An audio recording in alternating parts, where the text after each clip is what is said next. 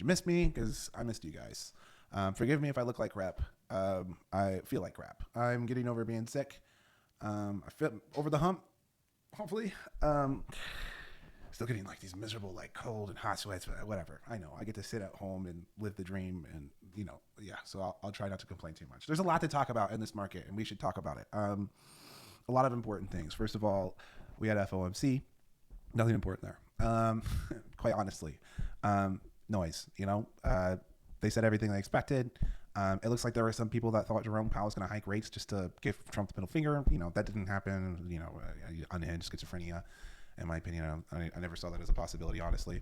And they're pretty much worried about reinflation and high energy prices, and that's the main headline, right? The main headline is all around what oil's doing here. And there's some important nuance that actually came up in the Discord today. One, when to look for the top on oil, and we can kind of talk about it because we actually came in short on this candle right here. So we came short on this candle. Why did we do that? That was actually because of RSI structure here. So we had price setting a new high with no confirmation from the RSI. And you might be tempted to say, well, now we have a same thing right here. But the difference here is we've reset a full cycle from the TTM. This is an important thing about TTM, which I feel like is a very underutilized indicator, which, there's actually multiple ways to generate TTM. TTM is actually an EMA convergence strategy. It's Bollinger Bear strategy, a momentum Keltner channel strategy. These are a lot of different ways that you can generate TTM, and it kind of consolidates them all into one thing, right? And turns it into a very easy to interpret oscillator, right? Lots of people use it for the little squeeze dots. I don't even pay attention to that for TTM. I think it's a very unsophisticated way to use it. But we completed a full TTM cycle here. So this is a new pattern. The nuance here, because obviously if we look at CL, if we look at the actual crude oil futures, we don't have a new high, right? But if we look at USO, we've blown out to new highs. Excuse me, guys. Oh, sorry. I'm not 100%, so sorry for burping there. Anyways, there was some restructuring from USO back during the COVID crash. Some of you guys might remember oil prices actually went negative. So they restructured USO with the futures contracts because that's what USO is. It's a collection of futures contracts, right? So they changed the time frames. They used to be heavily consolidated in shorter time frames. Now they scaled that out to longer time frames. And because of that, it's actually outperforming CL. And actually, to be fair, that is something that actually could have, had that information been more front of the mind for me, that actually would have made USO a great long. And it still probably is a good long. In fact, and one of the things that makes me say that is while we were having this conversation in the Discord today, and Abe was giving a more detailed explanation of that, we had I came to the realization that I'm actually getting the buy signal here on the monthly for CL, which if we look is something that we have not seen actually since COVID. This chart is all messed up from this. So let's go back to I can't even look at the weekly because of what COVID did to this chart. Okay. Actually, let's go to the month. All right. So we can see that we got this signal right here at about $34. Oh, actually, we got it right about here. So 34 bucks. And that led to a rally that went to 124. And we have this big spike that looks overbought. Keep in mind, looks overbought the entire time it's in this rally as well. And we're getting the buy signal again. But keep in mind, there's been some pretty crazy moves at oil that have not generated this signal so far. So you even had, and again, just another example of how useless this squeeze indicator is from the TTM squeeze. It's not the way to use it. Everyone uses it wrong. But probably going to all-time highs for oil. The big banks who put out their reports, of fears of 150, 180, 200, which is by the way, you can go back and look at 10, 15 years of those bank reports, and it's literally always the numbers they throw out, and they act like they've done some deep analysis. I swear to you, I see the same numbers every single time, regardless of what the event is. So, and it just makes me feel like these a-holes are just guessing.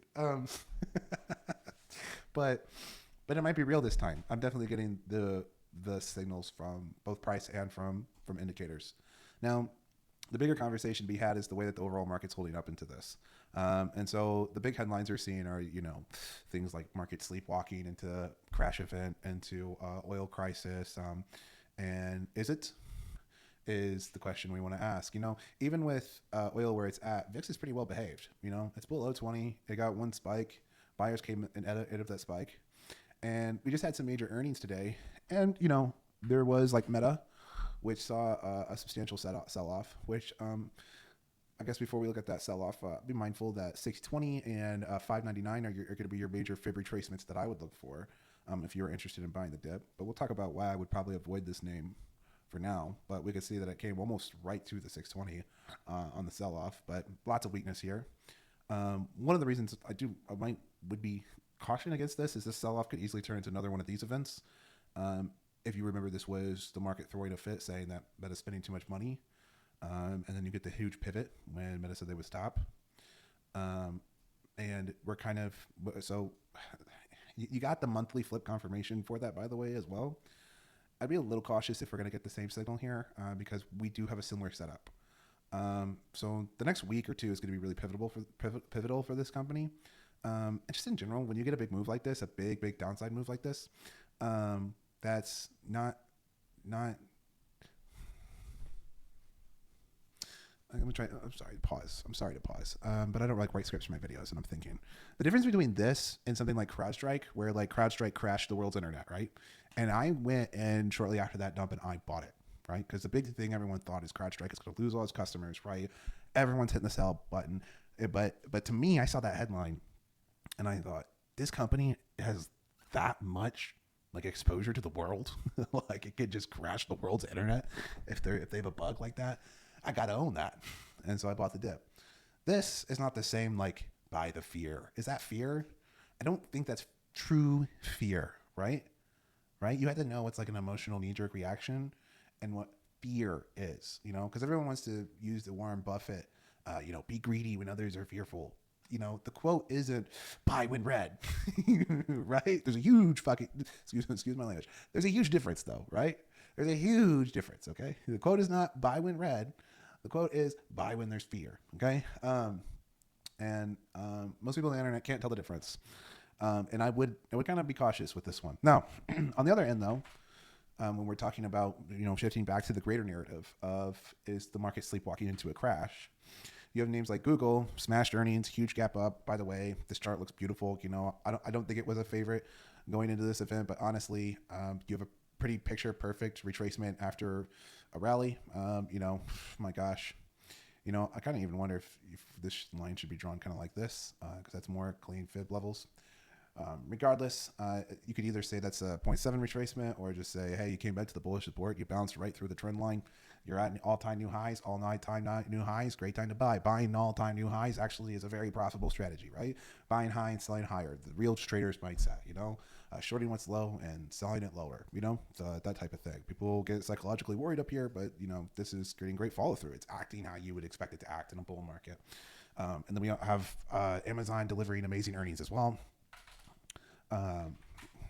It still has a little bit of a muted reaction, nothing too exciting here. Microsoft ended up also having a good earnings. Again, a little bit of a muted reaction. We had Qualcomm getting a big surprise, big gap up, which for those in the Discord, we actually bought some Qualcomm lottos. I actually originally had Microsoft lottos, but then I was going through the options chains, and I didn't see anything too interesting on Microsoft, but I did see a ton of unusual option buying for Qualcomm calls. So I actually sold my SPY lottos, sold the Microsoft lotto, and then bought Qualcomm lottos, and then hedged them with short-term SPY puts. Is how I played these big earnings. And I should be paid really nicely for that tomorrow. I mean, if this wasn't an earnings report, that's a 500% play, right? But with earnings, you have to be considerate of your IV crush. So I don't know, I might get 100, 150%. If I'm lucky, I'll get more. But so long as we hold above 170, those should pay very nicely tomorrow, and pay for the puts that I hedged it with. What else? And I think I even bought those. I bought those out to June, so I can even keep some of those on and just let them ride, see if there's a greater trend, which there could very easily be a greater trend with this one and with a lot of other names. Because if we scroll out here and we look at what kind of position the market is in overall, Okay, Google's getting a major gap up into what's just now becoming a flip on the weekly chart, right? And I mean, it's very simple. We don't have to overcomplicate it. But we get the flip on the weekly chart, we're higher 2 months out, right? Higher 2 months out. A flip on the weekly chart, we're higher 2 months out. We're finding new highs. Doesn't mean there won't be volatility along the way, but we get the flip here, and this is what I'm looking at. I'm looking at the TTM oscillator. We get the flip on the weekly, and I mean, this was just the beginning of a pretty large sustained rally, right? Additionally, I mean, Google is honestly the strongest out of the bunch, but monthly looks extremely healthy here as well. So, if we look at the SPY as well, it's just now giving us the weekly. Now it's only a 3. It could fail into the end of the week, but right now it again looks like the start of just the beginning of a multi-month rally. So for those saying that the market's sleepwalking into a crash, I'm sorry, but those of you that are hedged for that crash are what's going to fuel this market higher. People forget that the more hedged the market is, the more long it can get. And let me go full webcam and get super serious. People forget that the more hedged you are, the more long you can get. Okay, the more insurance you buy, the riskier you can be, right? And I want to be real clear because I'm putting this on the newsletter and for the YouTube. And I know Discord members have heard this dozens of times before, but maybe it's your first time actually listening to me and you've been following, a lot of garbage on the internet because there's a lot of it out there. But people think that lots of put buying is, I get scared. But remember, the more they buy puts, the more fuel there is to go up. When a hedge fund loads up a ton of puts, it says, okay, all right, now we can go buy the stuff we like and we can load it up because now we have protection, right? Very few institutions actually will go net short because most aren't even allowed to. It's not even built into their prospectus, right? So be mindful of that. Market likes to go up. The more hedged it is, the more likely it can go up. Can oil rally super hard and everything still rally with it? That is not the right CL. Can this go to 140 and market still rally with it?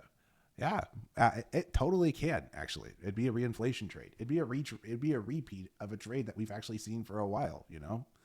And so your initial reaction might be some sell-offs. You might get some rug pulls, but inflation. The best hedge for inflation is stocks. It is stocks. So what are you going to do? You're not going to buy the best hedge for inflation. And some people are worried about the bond market. Okay, there's going to be a sovereign, and let's touch on this because this is also another major narrative I haven't mentioned. Should we be worried about TLT? TLT looks like it's about to collapse. Should we be panicking? Honestly, yeah, maybe. It does not look good. The Bank of Japan is also in some deep water. I've been kind of keeping an eye on that as well. And they basically have come out and say they're going to continue to raise rates. So they're in a really tough spot, but they have been for a while. So could this cause a debt crisis? I don't know, but I do know that if you wanted to hedge against that, you should probably buy up your silver and gold. I do know that this will be the hedge, and these will reinflate as well. And that would kind of play into our thesis that like, hey, the gold and silver moves aren't done, and we probably have another up move coming. The 2-day start to set up here. For gold, weekly's just flipped. We'll see if it can actually get some momentum to the upside. If this sets a higher low here, watch out. Gold could accelerate to new highs. So it could also be the setup for Bitcoin because honestly, this weekly chart on Bitcoin looks beautiful, man. I'm still waiting to see how this thing reacts to 84. I've been saying that since high 60s.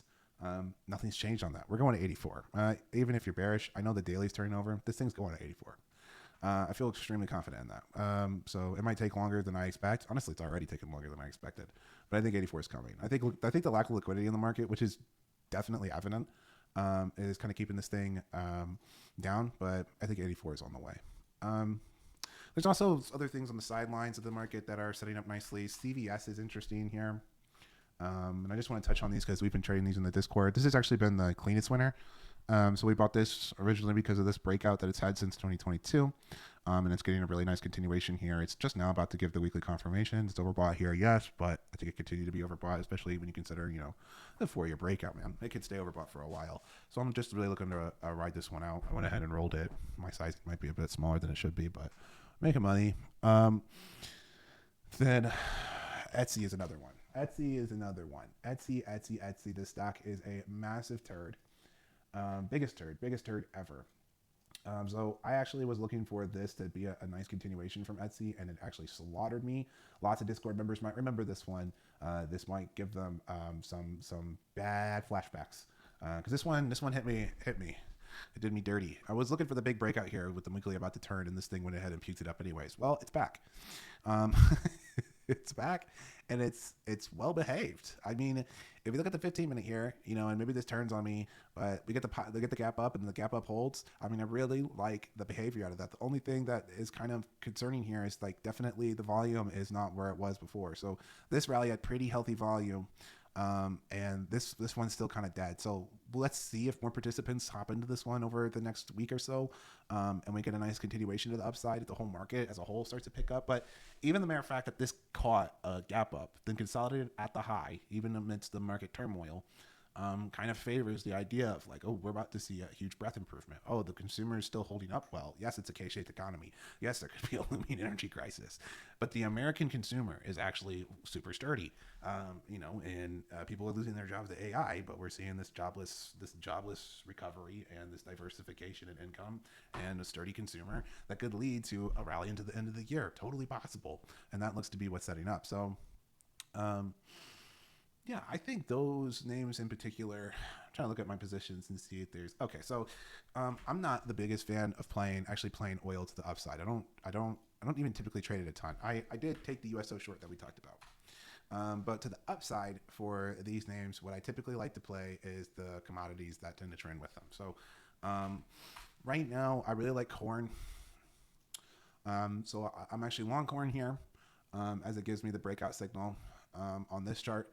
So I'm thinking that we could go back to 20, or maybe even higher if we do get the full blown crisis. This thing could potentially go to 22 to 23, maybe even higher than that if it becomes a big thing. It can also, in those cases, serve as a hedge for your equity portfolio.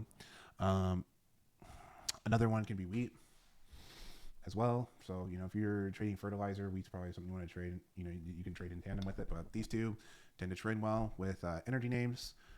So, pairing, for me, pairing those longs alongside my equity longs still keeps the idea of the reinflation trade, which is, in my opinion, everything go up.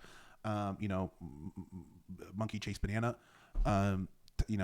meme environment for the market. But also can serve as a hedge of like energy go up, everything explode, inflation, take commodity prices to the moon, right? Yeah, so that's about it. I may, yeah, if I got anything else, I'll make another follow-up video tomorrow. But this is about a half hour long, so we'll call it here. And I might speed it up in CapCut. My brain is also just not working. Sorry, guys. All right, God bless. Love y'all. See you in the morning, where I will hopefully feel much better.